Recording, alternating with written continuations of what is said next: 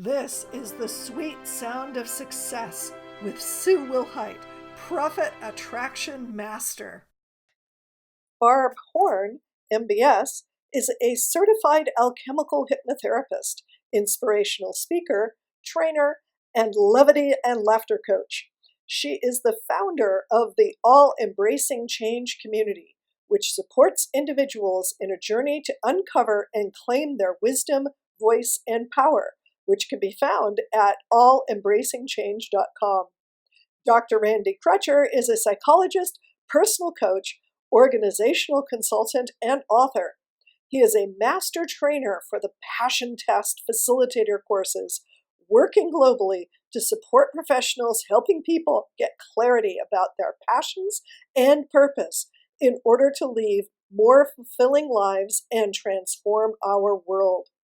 Randy and Barb are the co-authors of the Divine Dog Wisdom Cards and Guidebook, an oracle wisdom deck designed to reflect the truth in our hearts using the honesty of dogs and how they teach us about life. Dogs are naturally forgiving, joyful, loyal, and present. Please join me in welcoming Barb Horn and Dr. Randy Crutcher. Wow.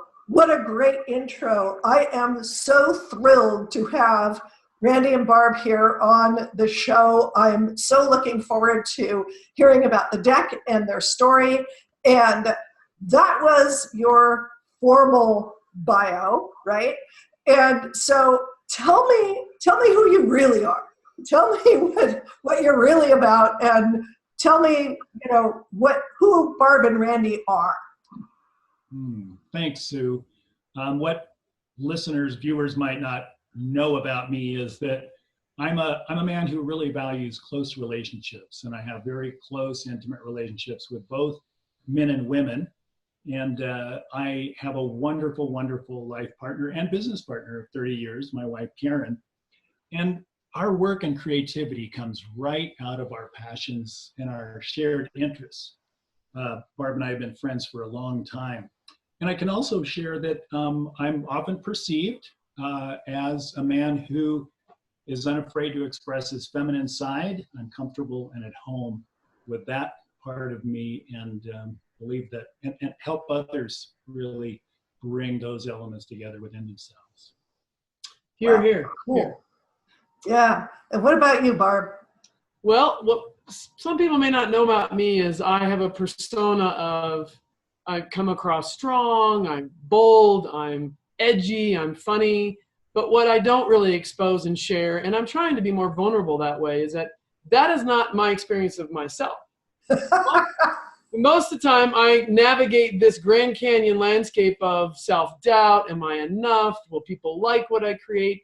And I often struggle in that, but I also laugh at it because I think that's where a lot of the creative tension comes from. My creative process is navigating that. Here's how people experience me, but here's what's really going on inside and how much of you share. And so this is a great venue to say, that's really how I feel about myself, no matter what you're experiencing for me. And I think it's a human condition.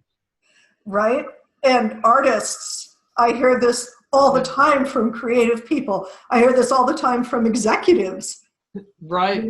I come across as this really incredibly stunning, dynamic, powerful person who's done all this great stuff. And I'm going, exactly. Inside, right? We've all got our inner children who are not necessarily feeling like it's okay to come out and play. Exactly. Right. And it's time.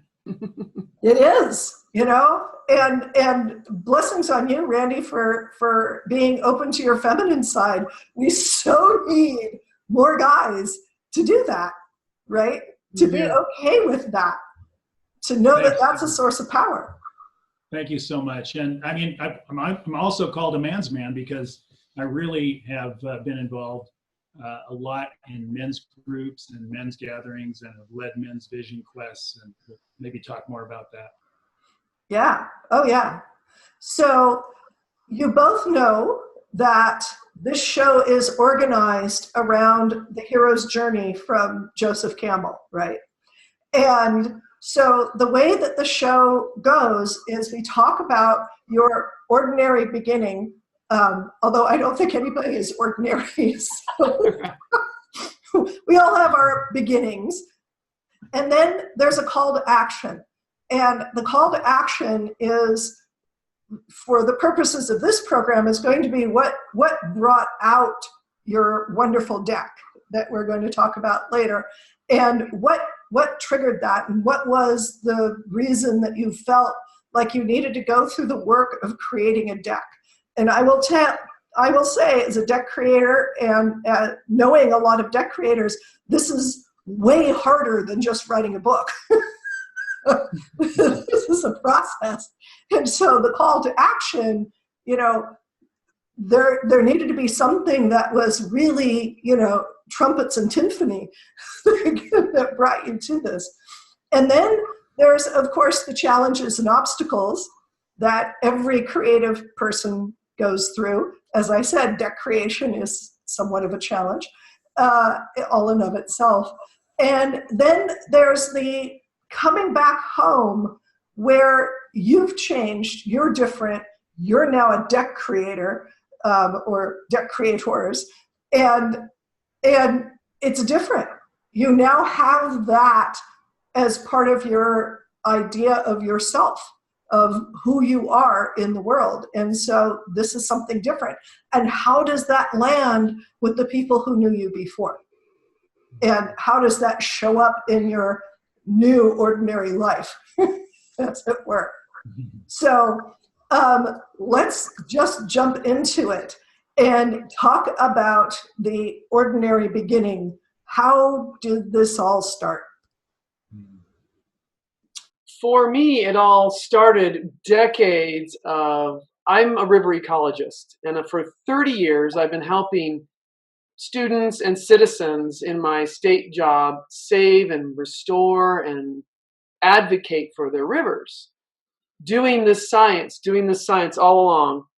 And I became a scientist and a river ecologist because in my high school, when I sat down with my high school counselor and they say, what do you want to do when you grow up? I said, I want to be a counselor. I want to be a psychiatrist. And he looked at me and said, don't do that. There's no money in that. And at that age, I didn't know about projection or anything like that. So I said, okay, I'll go do my next love, which was rivers. Wow. So all along my river career, which has been so rewarding, working with people and their passions in rivers, I've been doing this side work of healing hearts. And my slogan for my program became, protecting rivers is not a matter of rivers, it's a matter of the heart. So I think my ordinary beginning is I became a scientist, but all along I never left that passion of really helping people and healing hearts.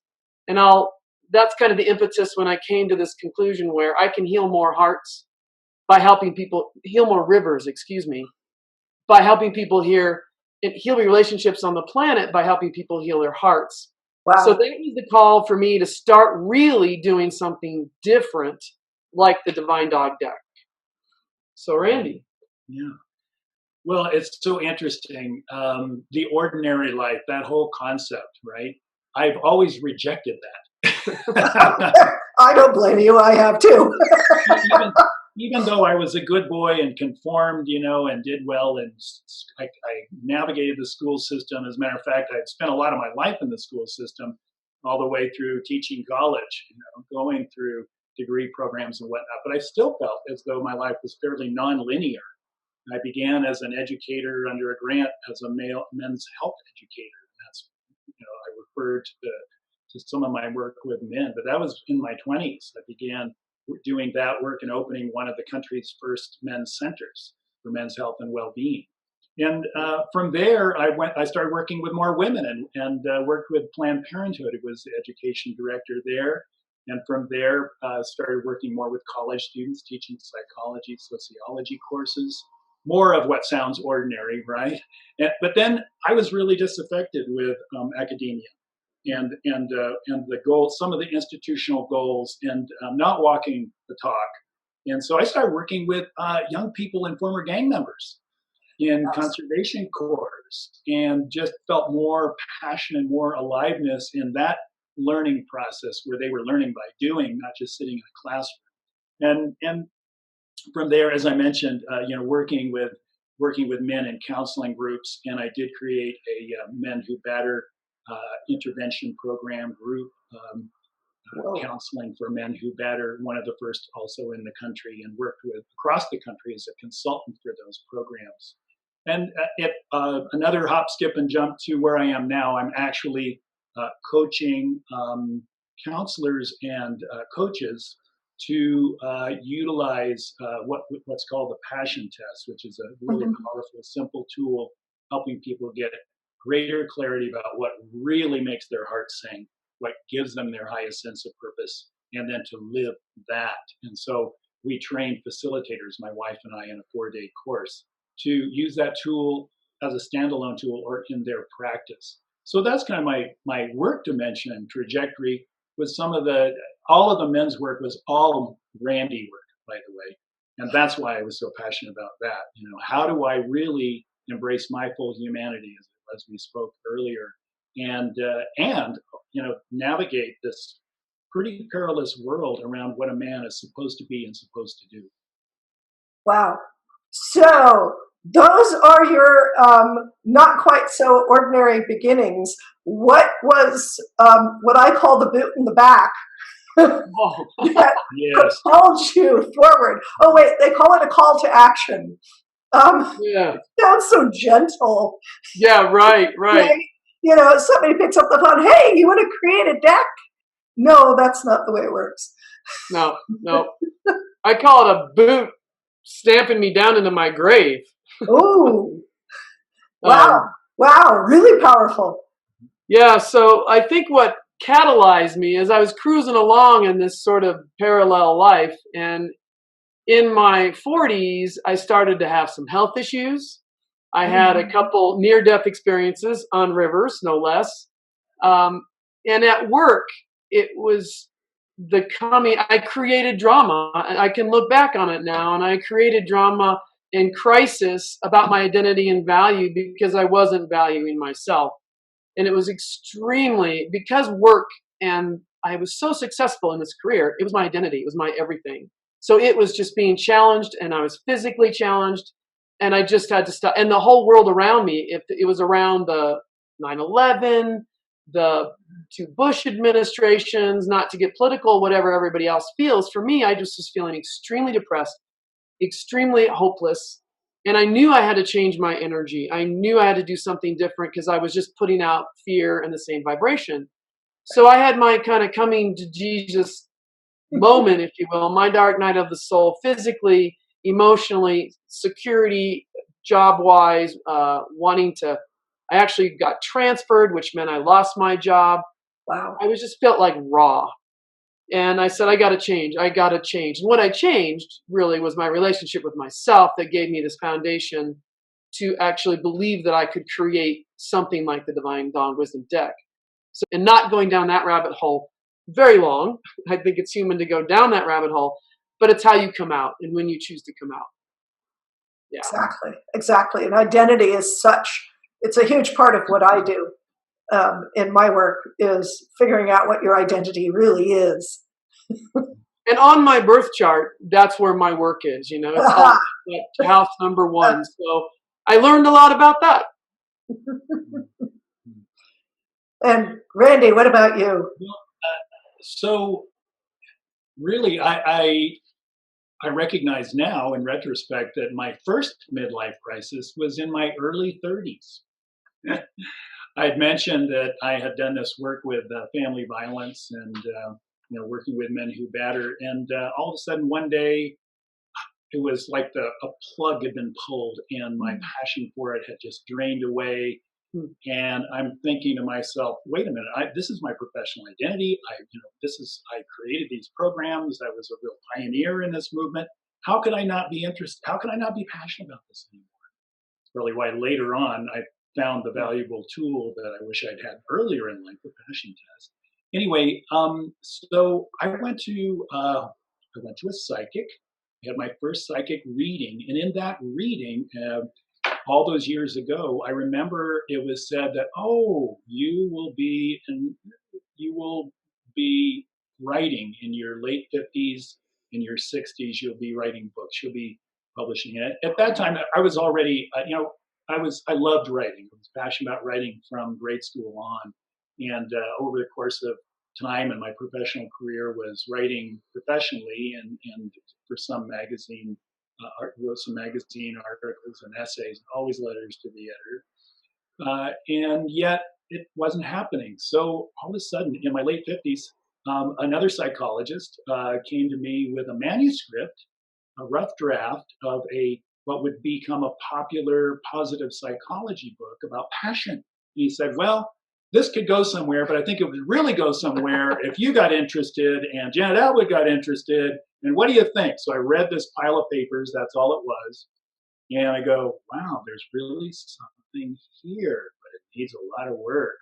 And so I dove in and I go, okay, so I can reorganize this thing. I can rewrite this thing. I can make my contributions and my experience. And this could really be something. And all of a sudden I realized, oh, that psychic reading. Oh, maybe. Oh, this is it. This is emerging, and the process has been slow. It's been several years, but this book is ready to launch soon. It's called The Passion Principle, a companion volume to the Passion Test book. And I go, okay, well, this, I'm an avid reader, have been all my life. And I did that same thing that we do to ourselves where we go, who am I? Who am I to write a book? There's so many good books out there and a zillion books, psychology books. And now the self-help books is like 10 million self-help books. What's the point? So I've constantly had to struggle with that and just push that mindset aside and go, I have a unique contribution to make and a stamp to put on this that no one else can offer. Yeah. And then Bart came along. Bart came along while I was in that process, and we had this idea. Dogs turned us on to this idea of creating our first wisdom of cards. So tell me a little bit more about that. How did the divine dogs start wagging their tails and nosing you to the door? Okay, Barbara's going to take it from here. Well, when we get together, you can probably imagine we have all kinds of philosophical discussions about what's going on in the world and what's going on in our own hearts. And we were out skiing one day, house sitting a bunch of dogs, my dog, some other dogs, the illustrator's dogs, in snow in Colorado. And somebody made the comment about this little beagle. There's no way this beagle could run around in the snow. And by the end of our little trek, they had done twice as many miles as we had. And while we were out watching them and laughing and observing their behavior, we were kind of in this mode of how much they teach us, how much nature teaches us, how much animals. And let's do a creative project together. We've been bouncing off each other. We're both Geminis, so we just have all these words going on between us. All four of us. You're really interviewing 4 people here. And we said, let's do it. We love dogs. I love my dog. Always love dogs. Let's just go for it. Let's play. Let's have fun. See where it goes.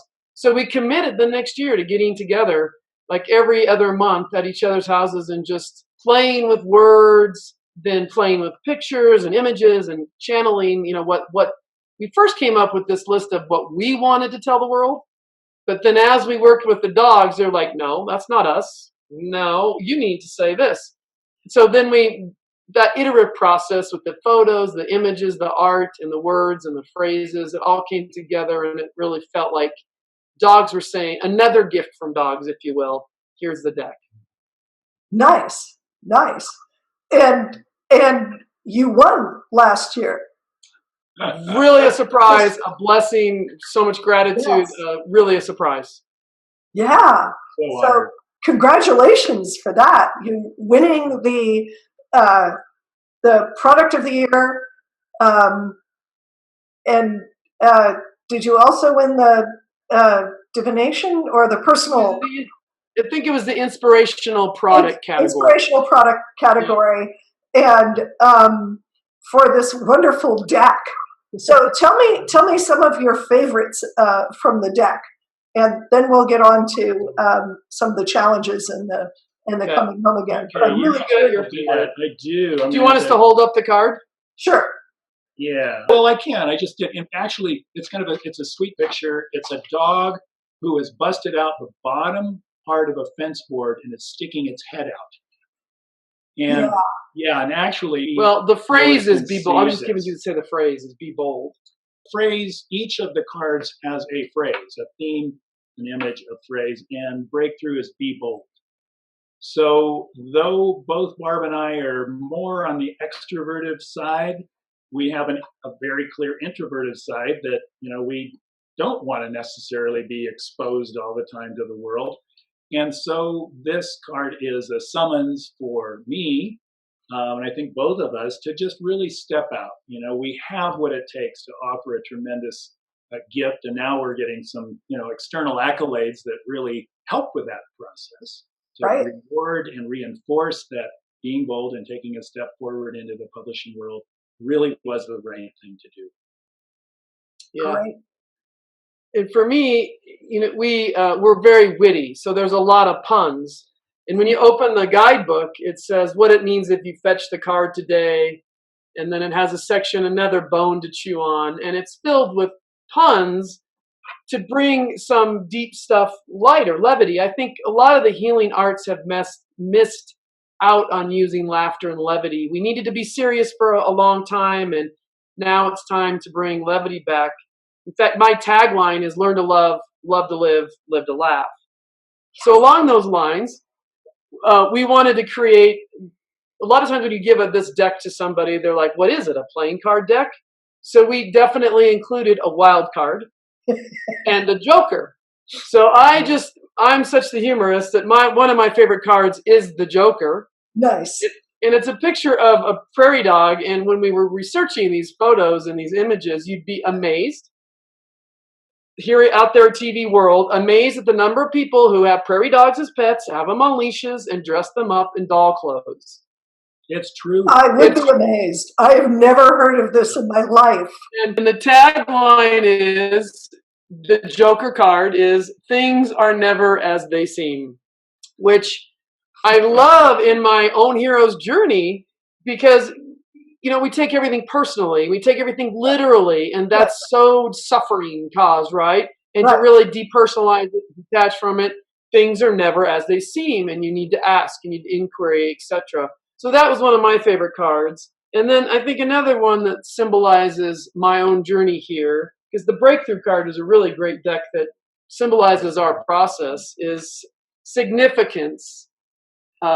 Significant little dog between the big dogs, and the tagline is "You be you," and it's so fun to have people draw these. And they're, as you know, oracle decks are magical.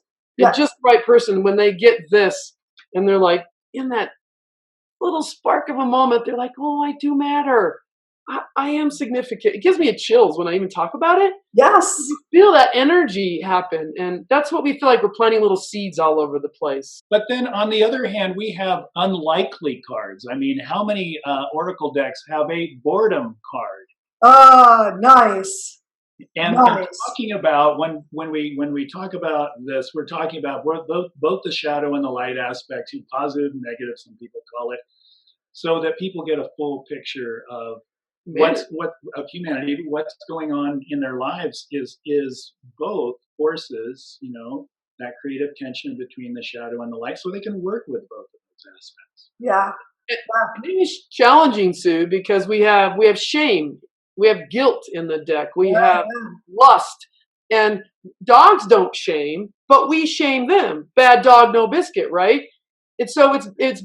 I think it's a gift. We really had to argue with this creative process and our publisher and things about, no one wants to pull that. I'm like, well, how can it be an oracle deck if it's part of humanity? Right. And what no purple washing.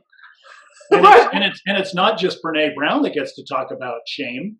Her pioneering work allowed people to really bring this out and talk about it, bring it to light, to transform it.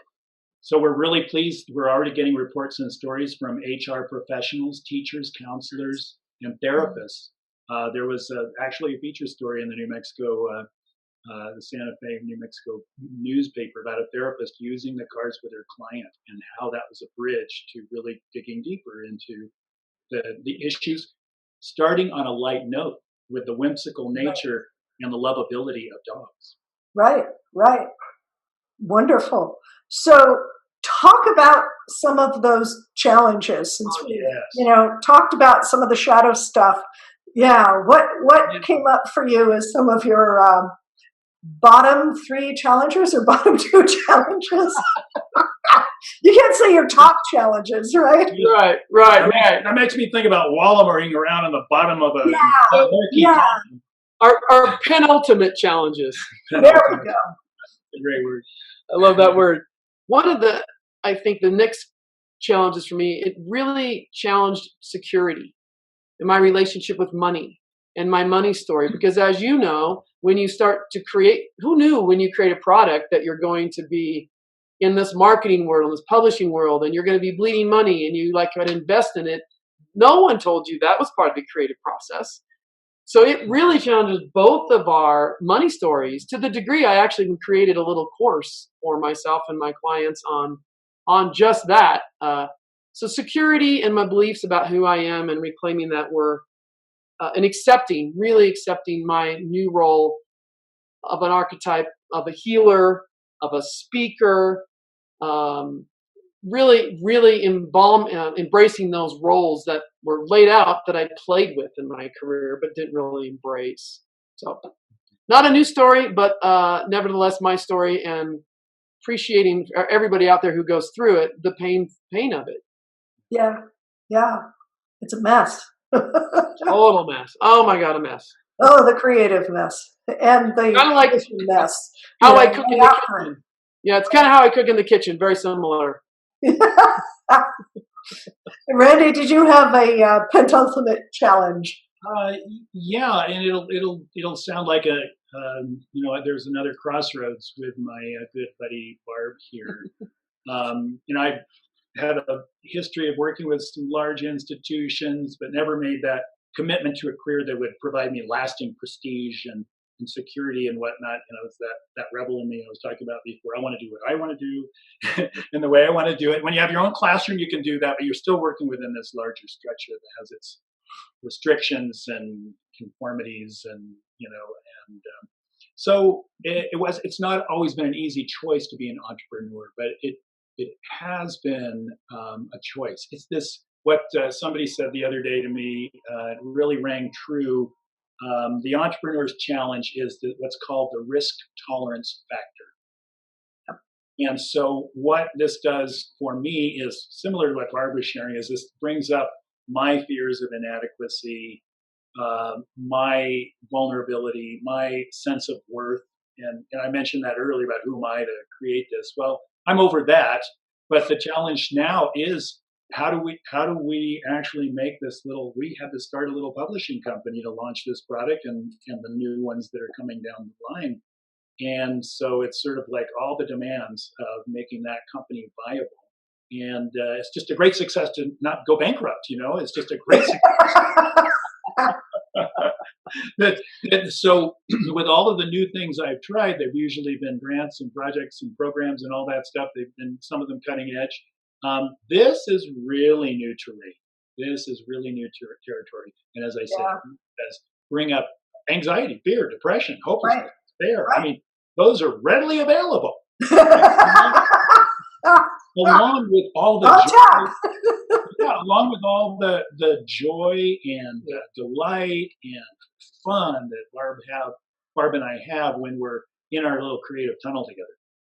So how is it for you now that you've published the deck and now that you've won some awards for the deck? How has that changed you? How does that happen when you are interacting with people in your lives who, maybe there's your close family who've been in the trenches with you, I'm sure, but then there's other folks that now you're coming back to them and going, hey, not only am I an author, but I've created this deck, and they're going to have a different response to you now. Yeah. So for me, let's see. For me, it's been an interesting path because I'm still working. I'm 2 years out from retiring, and now I bring this, of course, a whole different energy to my job. For me to say in this scientific state agency job, I'm an author. Look what I did, this woo-woo product. And yet all of these people I work with, it's a hunting and fishing agency. They love their dogs. They love their animals. And they do the dog thing. They go, what? And so I love that moment there where, do you know what an oracle deck is? No. They're like, do you play poker with it? And so to be able to, I've had people say that. Databases with it. So I slowly am letting people know I'm moving towards this because it's a part of my career, if you will, or my gift in the world that I haven't shared with people. I work mostly with citizens and teachers and students in the community. So I've been bringing this energy actually to my job, actually showing it and letting them know that I'm leaving. So it's been a process of birthing all of this and this simultaneously to letting go and stepping back and watching me how that feeds my ego or not, because it's so easy to get accolades over there. But I accept that to leave your legacy, you've got to step down to let someone step in. Right. And I've been doing that very consciously the past few years and allowing to be a mentor, to be a true mentor and really let go and let it be however folks want it to turn out to be. So that's been a very prevalent dynamic, along with my husband, of course, has been a huge foundation. He's 15 years older than me, so he's now retired. And I'm doing, in essence, 2 careers, and he would love for me to be done with both. But he has been the rock. He's been our biggest fan. I mean, he cooks for us on all of our work weekend. He cooks for us. He takes care of us. He's been our cheerleader. He's our an editor. And it's challenged our own financial and security situation. So like I said, we had to do kind of our own money healing, which has been a side gift. So you're right. It's changed kind of the landscape at home. And I am really looking forward to, and all I get to do is this wonderful challenge of the creative process where it's filled with joy and hopelessness and despair and more creativity. But now it's just mine. I don't have to worry about anybody else. Right. Well, in answering that question for me, Sue, I have to begin at home, actually, because my home is my office and my spouse is my other business partner in my other business.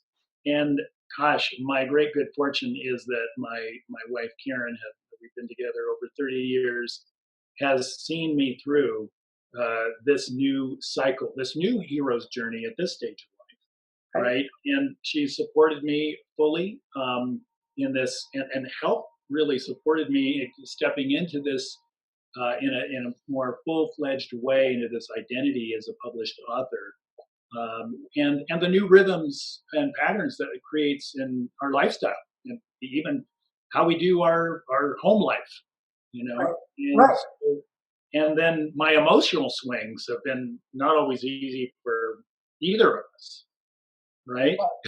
Right. Exactly. And then with Barb and I adding this business, you never know what is going to happen when you add this kind of element to a good friendship. It could make it. It could break it. It could do whatever to it, right? Right. So we had this firm foundation of loving each other and being in this larger group and community of loving friends. So it actually became the best platform possible, given our creative natures and our senses of humor. And everything. Sense of humor is, like the saving grace, as far as I'm concerned, for any relationship. Absolutely. If we can't laugh, and this is what enlightenup.biz, our company, is all about, messages, but with this lightness that helps people embrace and accept this insight that's coming up for them. But I just wanted to say that, so Barb and I added, really different patterns of interaction. Around now, we have deadlines, we have production, we've got these stresses, and Barb has been a fantastic partner in all of this. We can have these heart-to-heart talks about what it's like for us, then get back to business, and that's invaluable.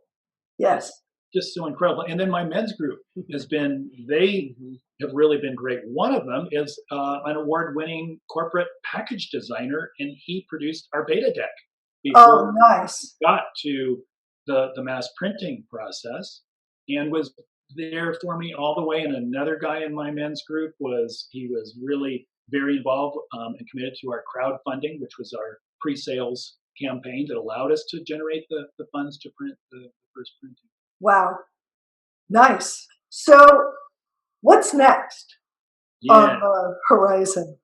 Oh, fun. We get to talk about that. Yes, what's next? Well, our feet are in the fire, so we're continuing to learn the publishing, marketing world and embracing that, and just truly embracing. It reminded me of pulling up a card, endurance.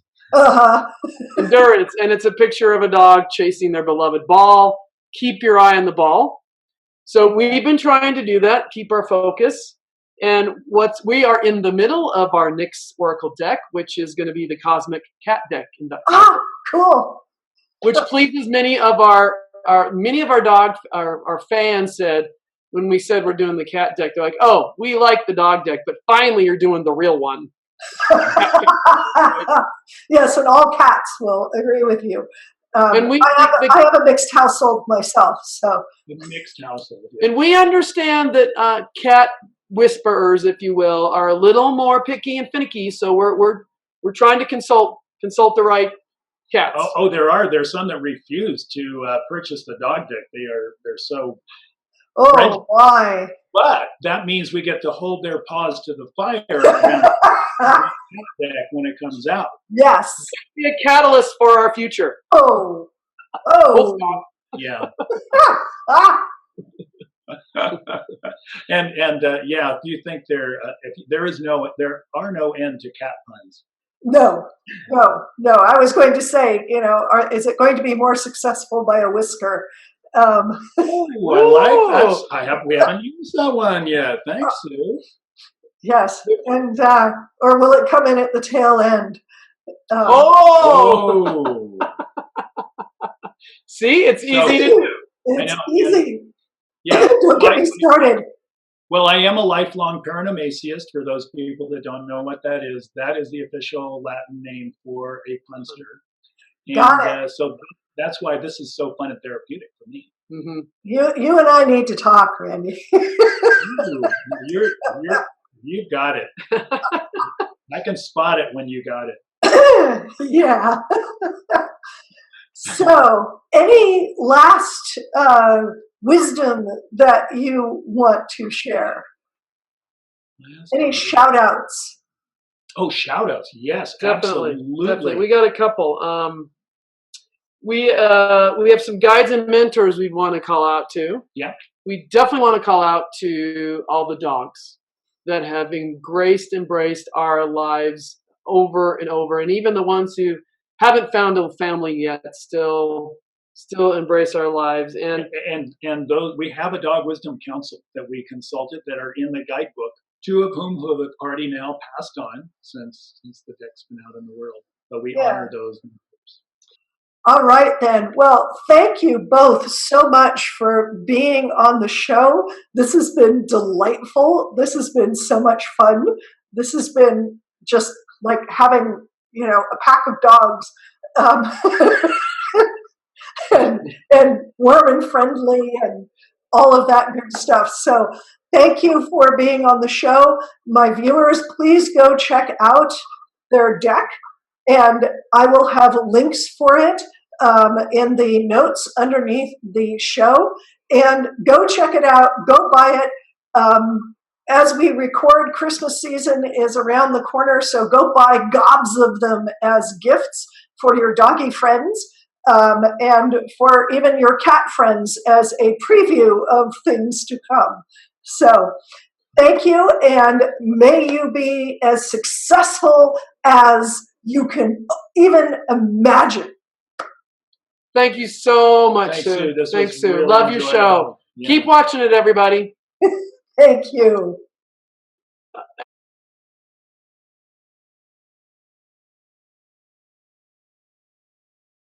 I can send you info. We wanted this to be a service product, so we started a shelter program where you adopt a shelter and you can either buy books wholesale for a shelter, or a shelter can buy them directly, and then they retain the profits for the work of that shelter. Right. And Nice. now till the end of the year, if people go to our website, sign up for our once a month newsletter, they're automatically entered into a drawing for a deck, a t-shirt, and a reading. Valued at $250. So that's something we could spice things up with. There we go. Okay, that will definitely be at the part of the show notes for our viewers to go check out. Thank you. Great.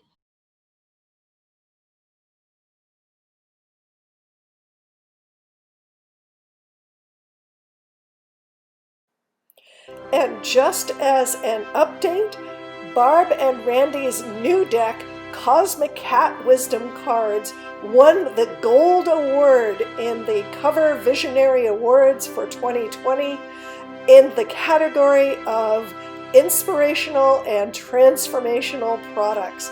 Congratulations, Barb and Randy.